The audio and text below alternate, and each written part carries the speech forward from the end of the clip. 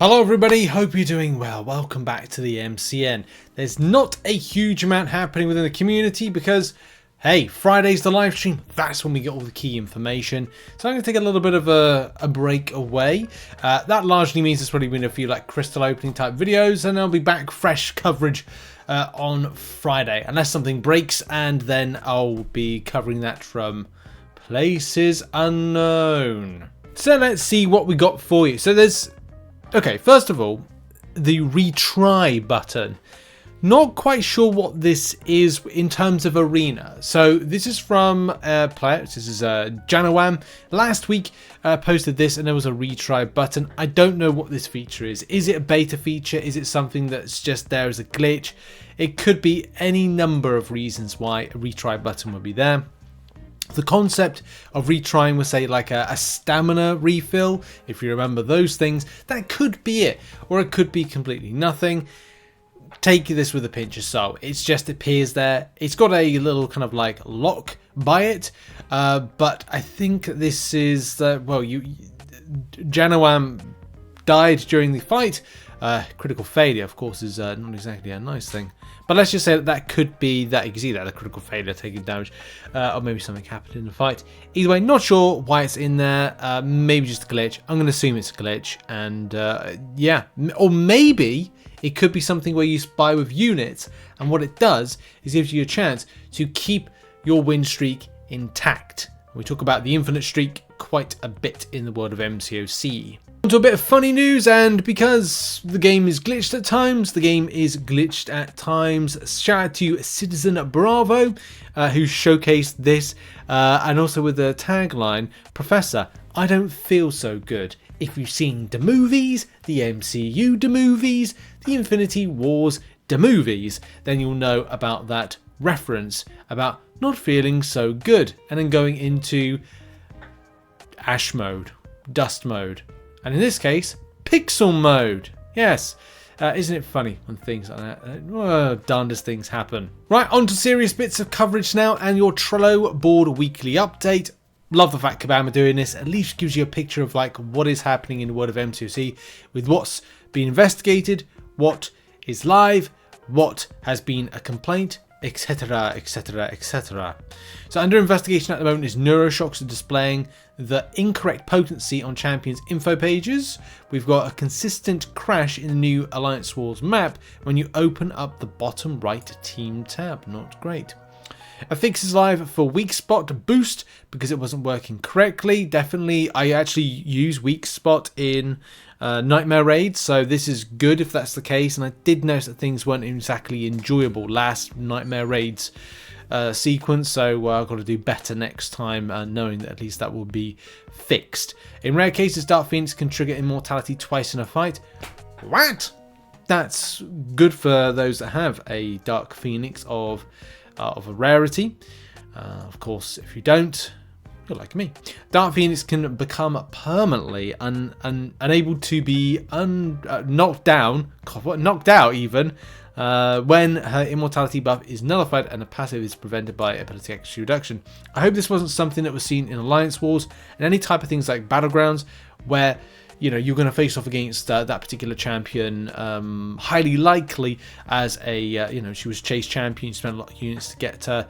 Maybe there's an unfair advantage that's already been seen in those modes, but we don't know the impact, and it was a pre-season as opposed to it being like a season itself, so thankfully that's been fixed before the season of Alliance Wars goes live. But of course, Battlegrounds, yeah, damage is still done, so yeah, it's not good.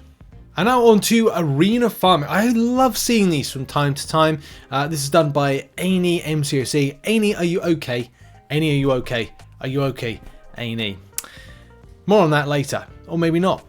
Aini had this. Aini does a lot of arena grinding, and it's always kind of like great to see this. But see the extent of spending of arena crystals. We've done this before, comparisons in the past, but I always love seeing them because it's always good to see like where people are kind of getting and what are they getting for their investment. I'm always very particular about the 2k arena crystals, and you can see here the difference between a batch of 1 million battle chips to what you get back. 1 million battle chips in 2k crystal increments got 2,085 units. 100 times the 10k arena crystals, so 10k battle chips in cost. Got 1,800 units, 200 units less. And then you've got 5 energy refills. Of course, the gold, a bit of a weird thing with it, but yeah, it is what it is. But here's the surprising thing. 20 of the 50k arena crystals, the 50,000 battle chip per increment crystals, look what I got. If you've got high level and volume to spend, it's looking like the 50k ones might be the way to go. Bit of a risk if it doesn't turn up or come off the way you want. And sometimes I feel about the purchases. If you purchase a pack of 10, or pack of 5 actually, with the arena ones, the arena 2k ones, I'm just going to give a little bit of an example. So these ones right here, if it loads, there we go, it does load. So if you get 5 of the ones that are just like there where I'm pointing, right there. So if you get 5 of those and buy those are your increments, versus say if you buy them as kind of like the 10 increments per time. I don't know what yields the results. I don't know if that changes things. I don't know if you'll get the different types of results with units. Either way, it's always very interesting to see the extent of what you get back. Interesting, because Amy also put that was tempted to spend more. I spent over 2k of mine and I wish I could get them back. So hopefully the summer deals rewarding meaning. 7-star Jessica Jones is here, and of course talking about, and he's talking about like what I'm looking to get over the course of the year. Loved it. But as well, they did it as a 3 mil battle chips and decided to open 1 mil worth each crystal for comparison. Oh, 1 mil worth of each crystal. Right, okay, so I've done that. We'll see whether or not it's going to be less than 5k units left to reach my goal. Hey, go get your farming goals when it comes to units. I'm way off mine, but I've got today. This year's been really busy. I mean, today I was meant to. I went work, and then straight after work I had to drop my PC off, and I've got a pack. Then landscapers, you name it. And the PC was an unexpected break that I didn't really expect. Not this one, the new one.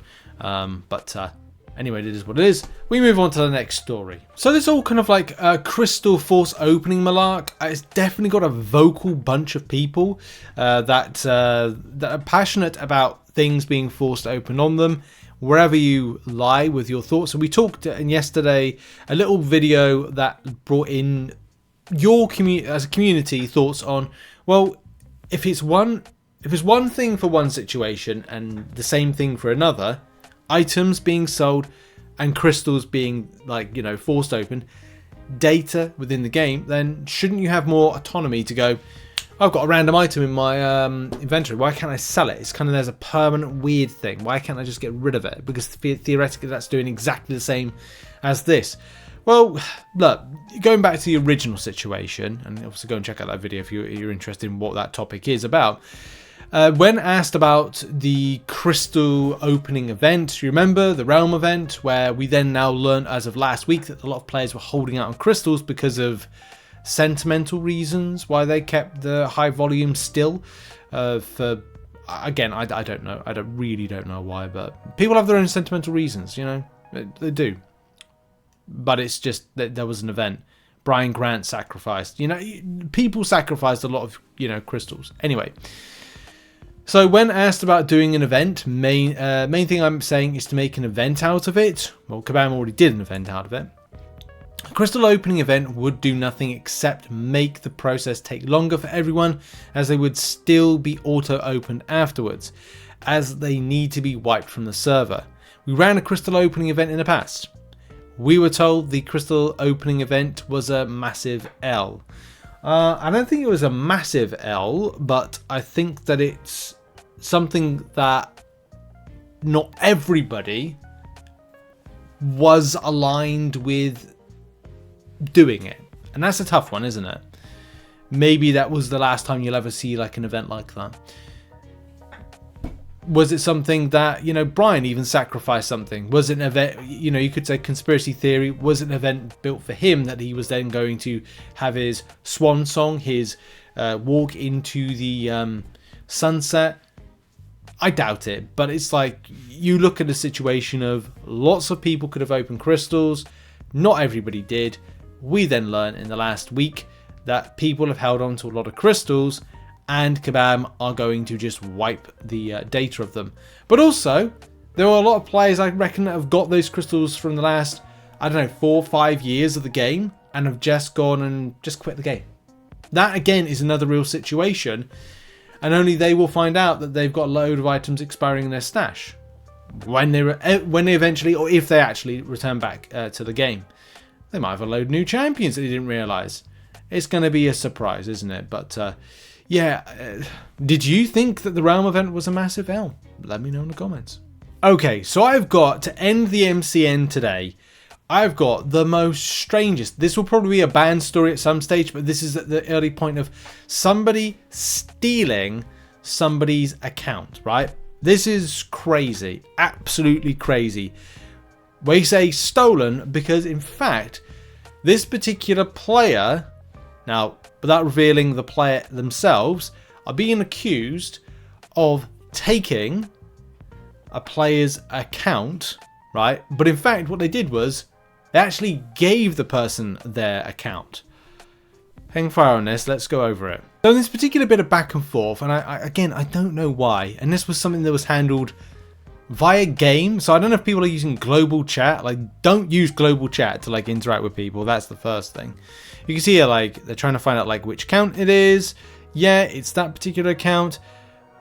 I'll add it as a friend after securing the email. Part of me feels like there's something else that's going on here. Like maybe there's a selling of account situation that is going on. It just seems really bizarre that you kind of like allow somebody like straight up access to your account. Like, who does that? This is the stuff that's going to get you banned, but at the same time, it's not very secure. It's actually scary if you think about it. The player says, I hid some of the emails because I didn't want to dox the person's name, so while I can get notifications from the reference email, I no longer control my account. I understand that I did wrong and I should get banned, but I also want the person who stole my account to get banned too. Even if the current person playing on the account name wasn't one who did it, please disable my account because my misdeeds. I got their idea as well, ID, and have some other proof of the account growing, so if you need it, let me know. Again, blah blah blah. I don't know, like there's a lot of times I look at this situation and go, is this somebody running, someone's like did a service, like a merc service, someone's running their account, they bought the account and then they're kind of like, well, I'm just going to instead, I don't know, maybe they didn't get paid and as a result I'm just going to get them banned. Like, you just don't know with half these situations and you can't trust them. You really don't know what is going on here. This is what I'm going to like leave it on, like the kind of just observation from everybody on it, because there's something not quite right.